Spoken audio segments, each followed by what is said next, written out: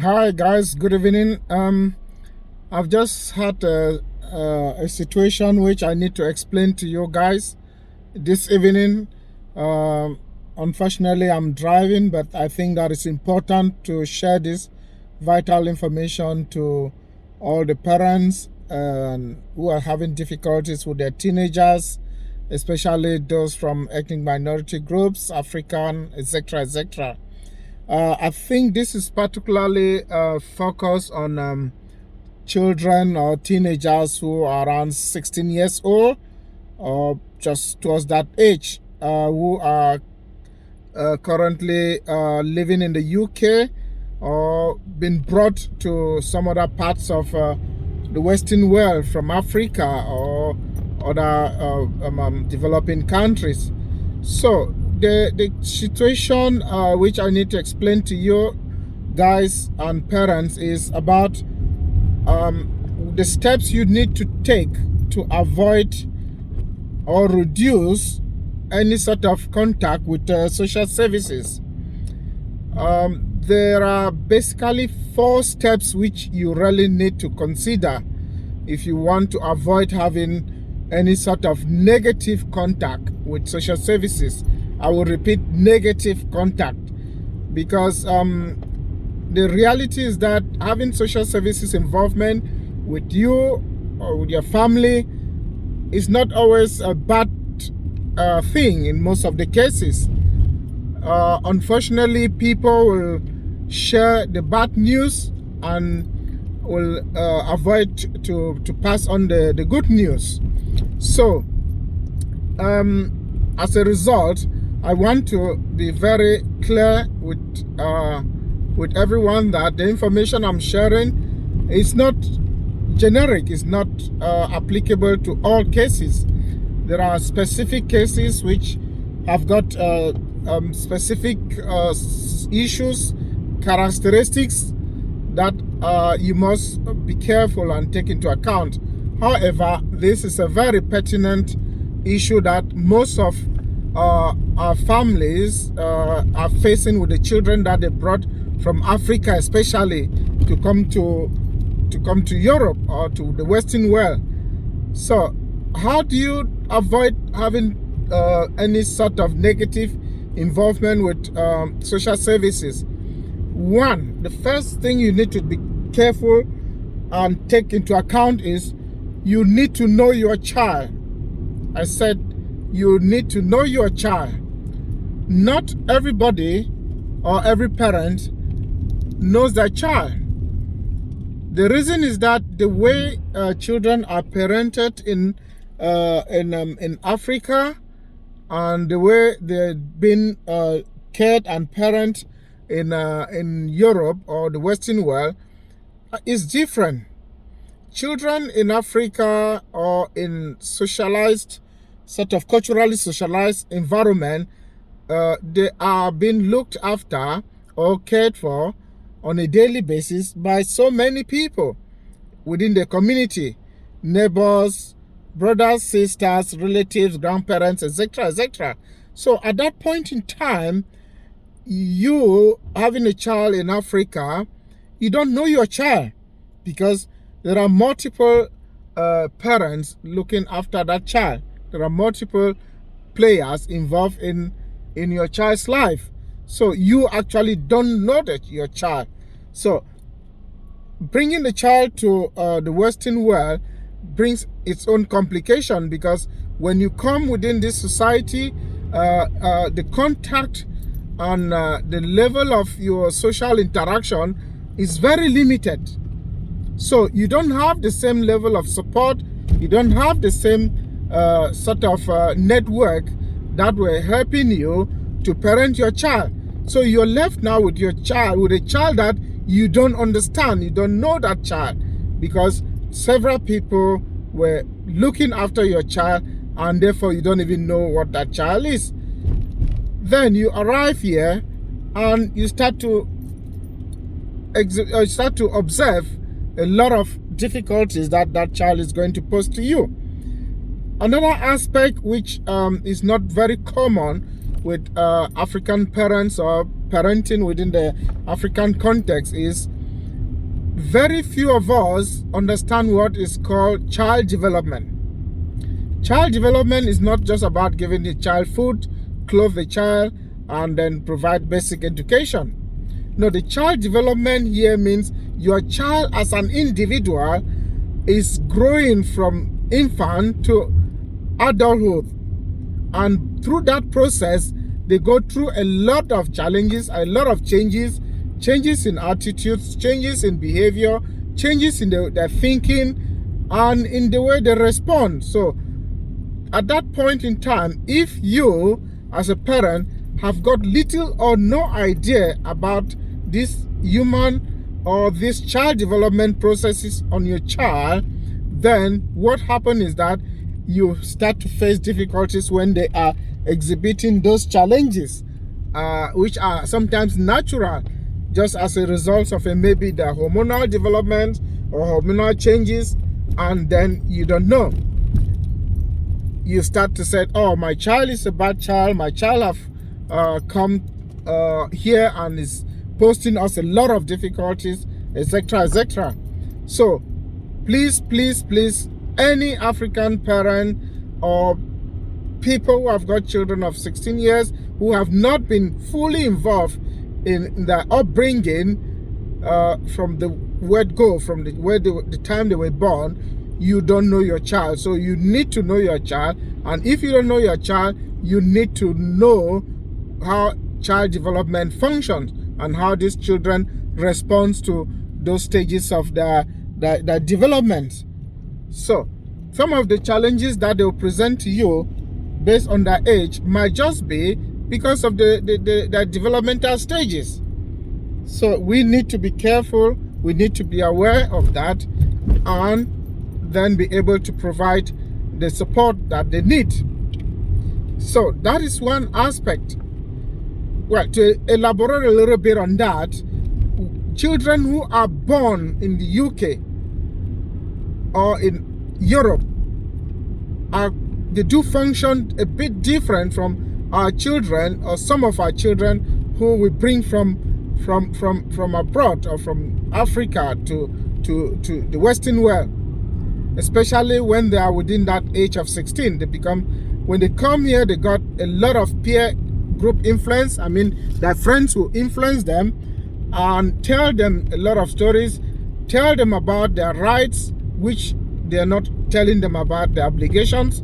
They're only telling them about rights.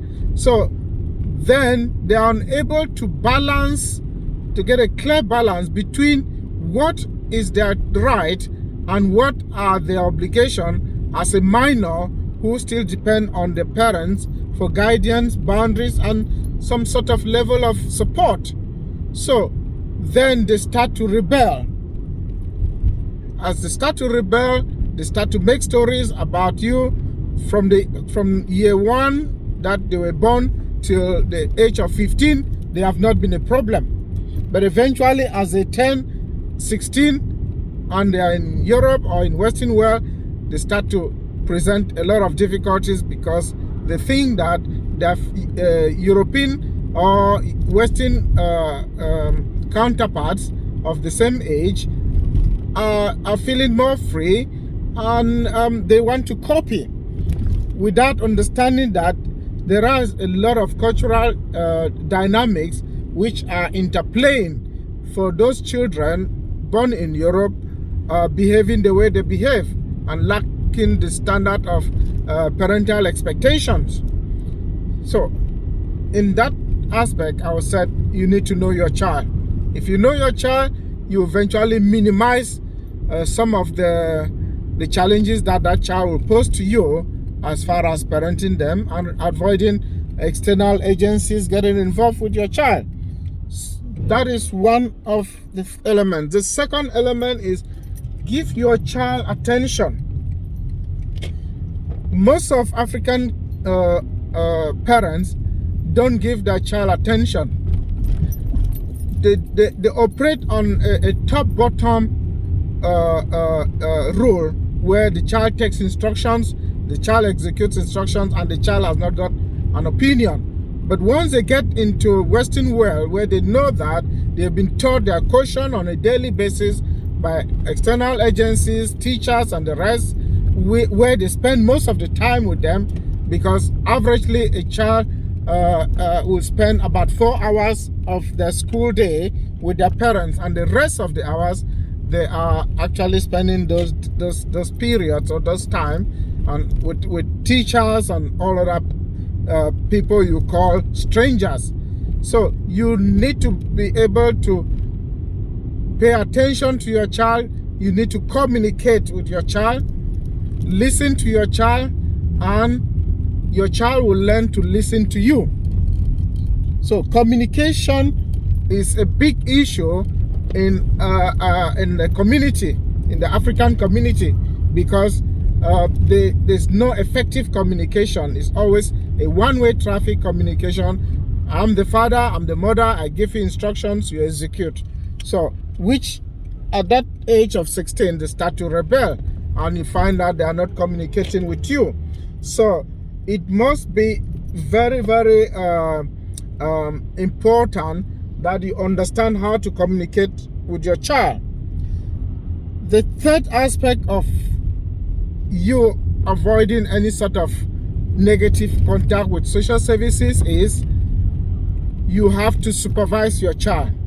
All children are the same. They need guidance, they need boundaries, they need supervision, they need attention, they need love, and they want to be told off when they know that they are doing the wrong thing, to test those boundaries that you're trying to implement as a parent. So you need to supervise them. Supervision means that you should be able to know what they are doing, what they can do, and how they do those things. It doesn't mean that you have to sit down with them every time that they are around. No. What you do is you need to check, especially this digital world in which they are more advanced and alert, and the service and the servicing on it on a daily basis is like they're fully employed by social media and so on to work for them. So they are constantly on that. You need to know who they are talking to, what they are talking to, what they're discussing with their friends, who are their friendship groups, etc., etc. So you really need to supervise what they are doing. It is very important for you to know what your child is doing on a daily basis. You know, you have to be able to understand exactly if what you're providing to them, you are not actually contributing to them going astray, and then present you a lot of difficulties, which will then mean that you need external services or agencies to come in and support you with the parenting of your child. So that is about it. That is the third part of it. So the fourth aspect is you need to be proactive. When I said proactive, I mean proactive. You have to be on the guard. If the child is posing you a lot of difficulties at home, pushing boundaries and not respecting the rules that are being put in place, I mean fair rules, not unfair rules, fair rules, then you need to report and share that information with other professionals that are involved in your child's day-to-day development. This is important because if your child goes to school and is being seen with an injury, a bruise, and so on, which you know exactly what has happened, and you are unable to come and share with professionals and let them be proactive. While my child was playing with the sister or the brother, he hit his head or he banged his leg somewhere and then sustained those injuries.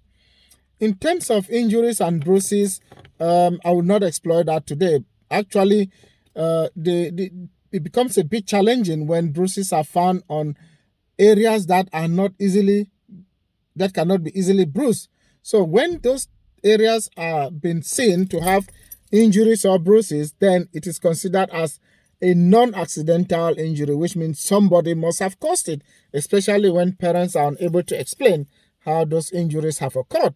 So you need to report. If the child is in nursery, you need to inform and document with the nursery that this is what has happened, because if it's picked up by the school or the nursery, they are bound to report to social services and the police, because they have got a duty of care from the time you drop your child at the school gate. They got a duty to ensure that that child is safe and is not subjected to any sort of harm, injuries, etc., etc. So you need to be proactive and inform them what has happened and how it's happened.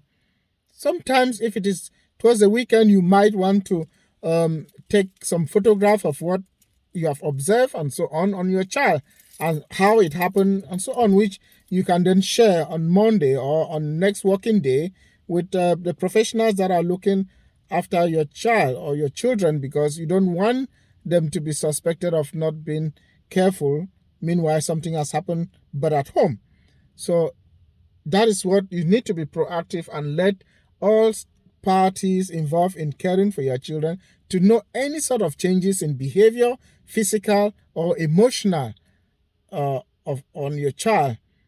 So that is a very brief sort of explanation which I want to give you guys on those 4 aspects which you have to be taken into consideration to avoid any sort of negative impact of social services on your family or your children.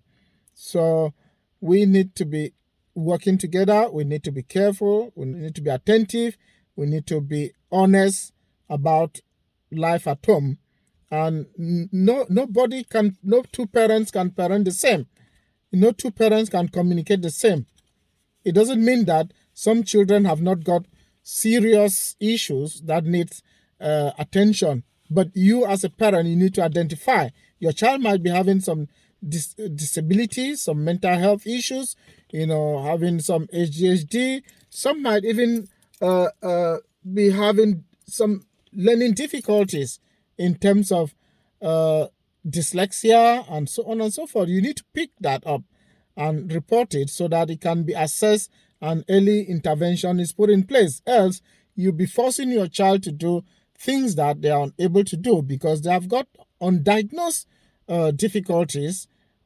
Then it becomes a conflictual zone between you and your child going to make some allegation, either founded or unfounded allegation, because they're fed up by the fact that you don't understand them.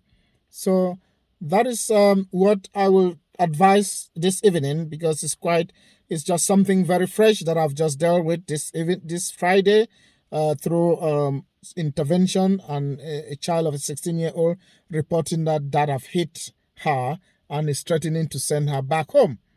So guys, you have a nice weekend and share. Let me know if you need some more information, and maybe we'll have a live show. Thank you. Bye. Ciao, ciao. Like, subscribe, and thumbs up if you want to see more of this pertinent and important information to keep your children at home.